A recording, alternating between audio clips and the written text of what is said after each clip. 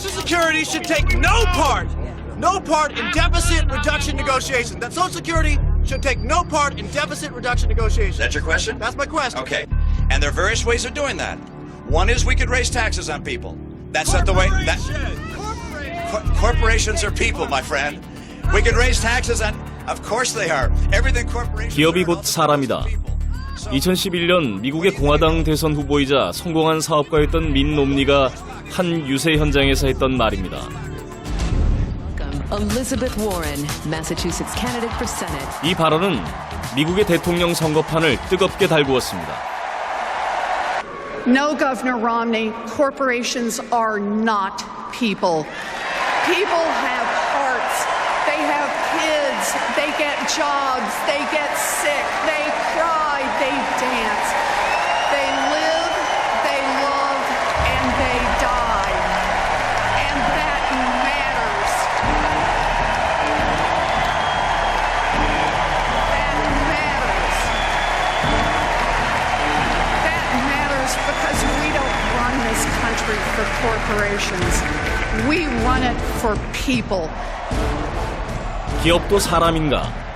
대통령 선거에서 난데없이 이런 논쟁이 벌어진 이유는 무엇이었을까요?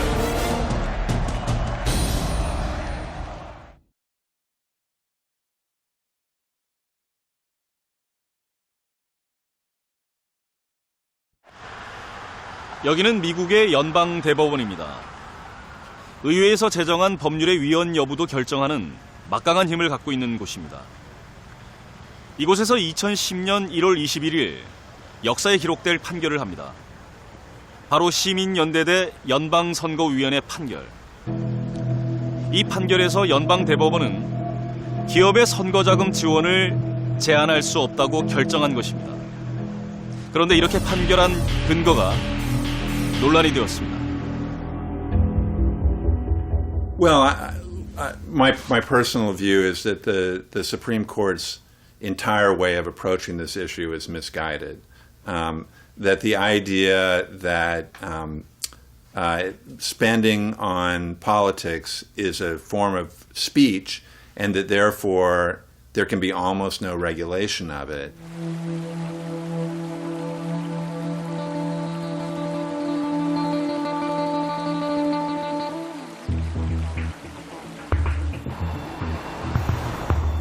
워싱턴의 중심가 K-스트리트. 백악관에서 북쪽으로 3블록 떨어진 이 지역은 기업의 로비를 대행하는 로비스트 회사들이 집중적으로 몰려있는 곳입니다. 미국의 대기업과 대부호들의 정치 자금도 자연히 이곳으로 몰려듭니다. 연방대법원의 판결은 이런 자금들이 기업으로 얼마든지 흘러들어갈 수 있도록 길을 열어주는 역할을 했습니다. 금권 선거를 통제하기보다는 기업의 자유에 손을 들어주었기 때문입니다.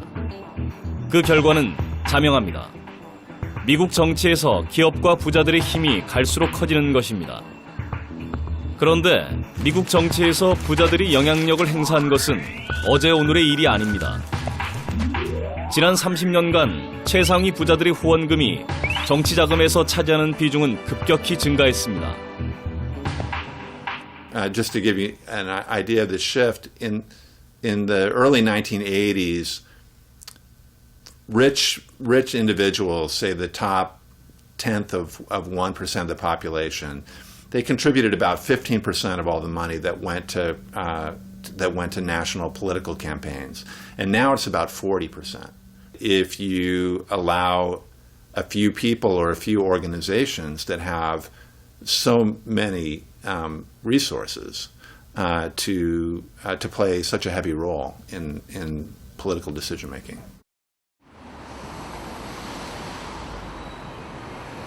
민주주의를 왜곡하는 기업의 정치 자금. 그런데 중요한 사실은 시민들이 바로 그 기업의 통제하에 있다는 것입니다. 시민들은 민주주의의 주인으로 선거에서 대표를 선출하지만 자신들은 기업의 통제 아래 있습니다. 근대 민주주의 초기에는 시민들은 기업의 통제 아래 있지 않았습니다. 그때는 어땠을까요?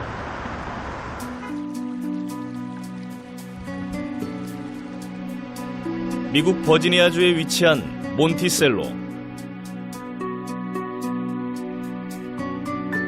지금은 역사 박물관이 되어 있지만 이곳은 미국의 제3대 대통령 토머스 제퍼슨이 인생의 대부분을 보낸 곳이기도 합니다.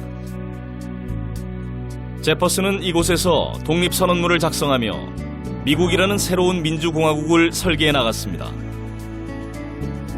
그가 꿈꾼 민주공화국의 모습은 자영농을 중심으로 한 분권사회였습니다.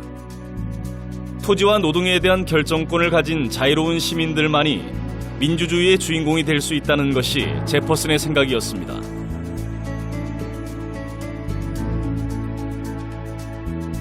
그는 동료 제임스 메디슨에게 자신의 이런 생각을 담은 편지를 썼습니다.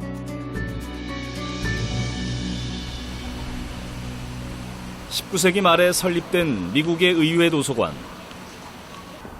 세계 최대 규모로 불리는 이 도서관에는 전 세계에서 수집된 3,300만 권의 장서가 소장돼 있습니다. 독립선언문을 비롯한 100만 부 이상의 미국 정부 간행물도 이곳에 보관돼 있습니다. 그 속에는 제퍼슨이 제임스 메디슨에게 보낸 편지의 원본도 포함돼 있었습니다.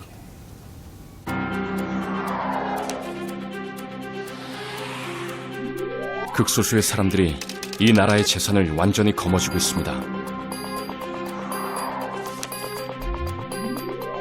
최대한 빠른 시일 내에 가능한 많은 사람들이 아무리 작을지라도 그들만의 땅을 가질 수 있도록 모든 조치를 취해야 합니다. 소지주는 국가의 가장 중요한 구성원입니다. At the time that the American Revolution led to this new society, they were rebelling against British aristocracy, and the notion was if we were going to have a democracy, each person had to be independent of the aristocrats, and so if you owned your own land or were your own artisan, craftsperson, and you made your money from selling your whatever you made, it could be making wood objects, it could be something else, that would keep a democracy going, and that would make people equal. 실제로 독립 당시 미국은 농경사회였습니다. 당시 미국 시민의 대다수를 차지하고 있던 것은 자영농과 자영업자들. 이 다수의 시민들은 재산과 노동에 대한 자기 결정권을 갖고 있었습니다. 이 사람들이 미국 초기 민주주의의 주인공들이었습니다.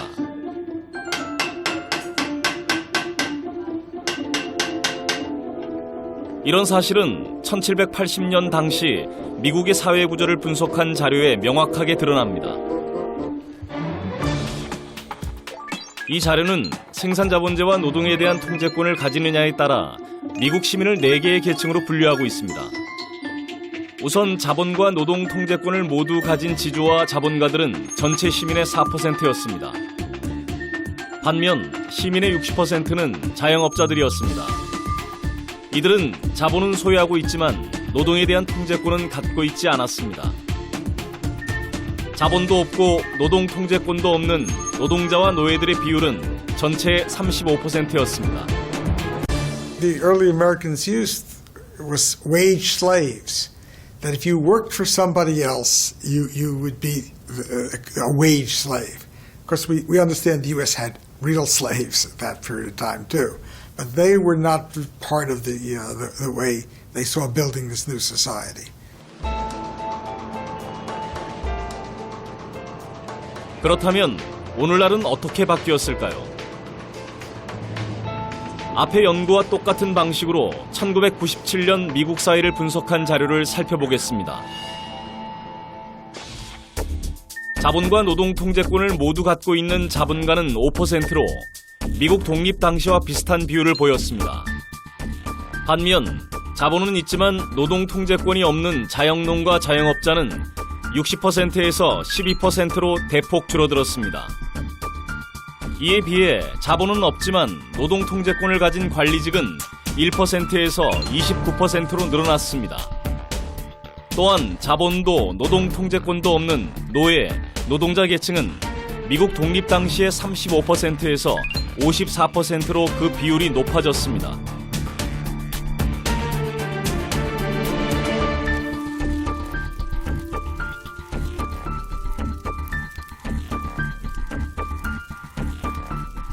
민주주의 초기인 미국 독립 당시에는 자영농가 자영업자 중심의 시민이 다수였습니다.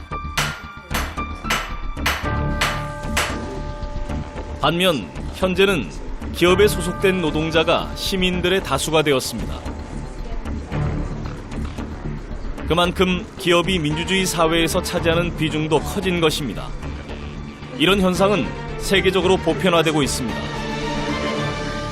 When they first began to form corporations in the U.S., some of the founders of the U.S. government were very uneasy because they saw this as something that would undermine democratic procedures and create a new group of wealthy, aristocratic type people whom they were opposed to.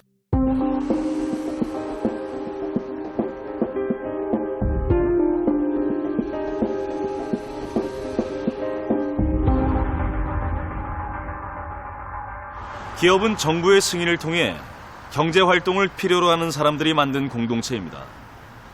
당연히 기업은 사람들에 의해 조직되고 정부의 통제 아래 놓여 있습니다. 그런데 어느 순간 기업은 사람으로 바뀌었고 이제는 기업의 활동을 규제하거나 통제하는 것은 사람의 자유를 침해하는 것처럼 생각합니다. 과연 기업은 자유시민의 대접을 받는 것이 맞을까요? 도대체 기업은 무엇일까요?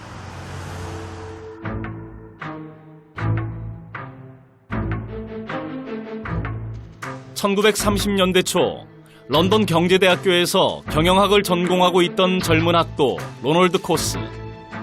변호사가 될 생각으로 산업법을 공부하던 그는 졸업반이 되던 해 우연히 경제학 세미나 수업을 듣게 됩니다. 이 수업은 그에게 경제 시스템에 대한 한 가지 의문을 불러일으켰습니다.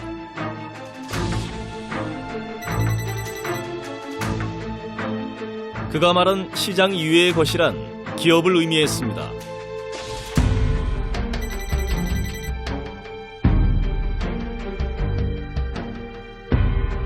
기업의 존재 이유를 탐구한 공로로 1991년 노벨 경제학상을 수상한 로널드 코스. 그에게 뒤늦게 노벨상의 영예를 안겨준 연구는 27살에 발표된 그의 첫 논문에 실려 있었습니다.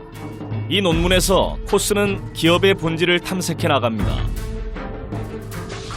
내가 생각하기에 기업의 특징은 가격 메커니즘의 대체라고 본다.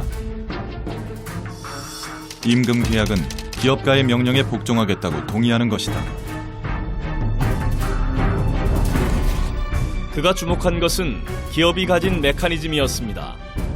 기업이라는 조직에는 명령과 지시를 내리는 관리자가 존재합니다. 관리자에 의해 행동이 조종되는 기업의 이런 메커니즘은 가격 체계에 의해 굴러가는 시장 경제보다는 오히려 정치 메커니즘의 본질에 더 가까운 것이었습니다. And companies are political actors externally in affecting the political environment. They're also political entities internally. They have their own internal politics. 로널드 코스는 이렇듯 시장의 성격과 배치되는 기업이라는 조직이 존재하게 된 이유를 거래 비용이라는 개념에서 찾았습니다. 거래 비용이란 거래 대상자를 찾거나 가격을 흥정하거나 계약이 제대로 이행됐는지를 확인하는 데 발생하는 비용을 뜻합니다. 그런데 기업이라는 조직을 만들어서 관리자에게 자원을 관리하도록 위임하면 시장에서 교환을 할 때보다 거래 비용을 줄일 수 있습니다. 이것이 바로 로널드 코스가 밝혀낸 기업의 존재 이유였습니다. 여기서 우리는 확인할 수 있습니다. 기업은 명령으로 운영되는 정치 조직과 유사하다는 겁니다. 실제로 기업은 정부와 마찬가지로 직원들을 통치하고 있습니다. 그런데 기업은 마치 자유시장에서 경쟁하는 개인인 것처럼 그려집니다. 그리고 어느 순간 기업이란 단어는 기업가라는 단어로 바뀝니다. 우리는 흔히 법인 기업은 주주들의 소유라고 알고 있습니다. 그렇다면 법인 기업의 주인인 주주는 어떤 존재일까요?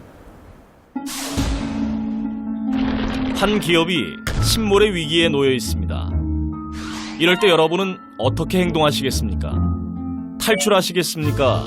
아니면 남아있겠습니까? 시장의 논리는 신속하게 탈출하는 것입니다.